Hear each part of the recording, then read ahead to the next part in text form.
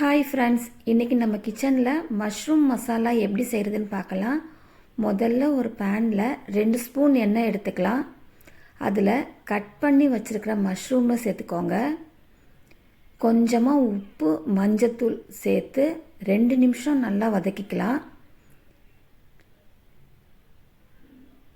இப்போ இதை மூடி போட்டு மூடி வச்சுடுங்க. 2 நிமிஷத்துக்கு அப்புறம் ஓப்பன் பண்ணி பார்க்கலாம்.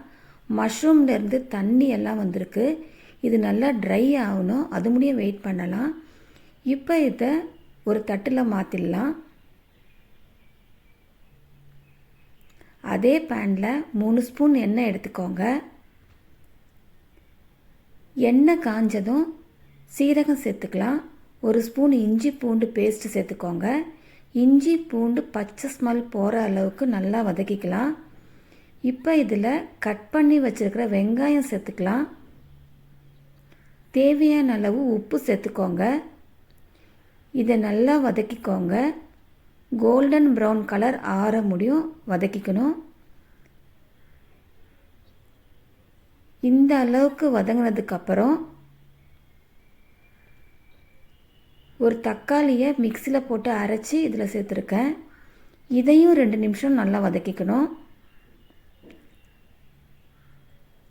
இப்போ மஞ்சத்தூள், தனியாத்தூள், மிளகாத்தூள், கரம் மசாலா இதெல்லாம் தேவையான அளவுக்கு நீங்கள் சேர்த்துக்கோங்க. மசாலாவை நல்லா மிக்ஸ் பண்ணிக்கலாம்.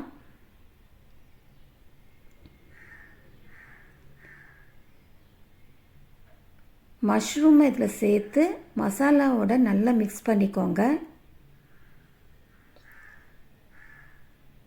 மஷ்ரூமும் மசாலாவும் நல்லா மிக்ஸ் ஆகணும். அதனால் கொஞ்சம் கொஞ்சமாக தண்ணி ஆட் பண்ணி மசாலாவை நல்லா மிக்ஸ் பண்ணிக்கோங்க. இப்போ தேவையான அளவு தண்ணி இதில் சேர்த்துக்கோங்க.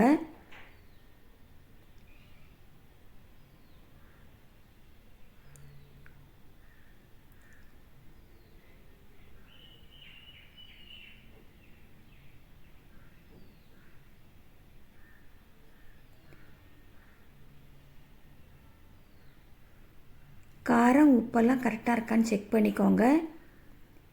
இப்போ இதில் கொஞ்சமாக பெப்பர் இதில் சேர்த்துருக்கேன். மூடி போட்டு மூடி வச்சுருங்க. 10 நிமிஷத்துக்கு அப்புறம் ஓப்பன் பண்ணி பார்க்கலாம். மசாலா ரெடி ஆயிடுச்சு. அதில் கொஞ்சமாக பட்டர், கஸ்தூரி மெத்தி இதில் சேர்த்து நல்லா கலந்து விட்டுக்கோங்க. அவ்வளோதாங்க, மஷ்ரூம் மசாலா ரெடி.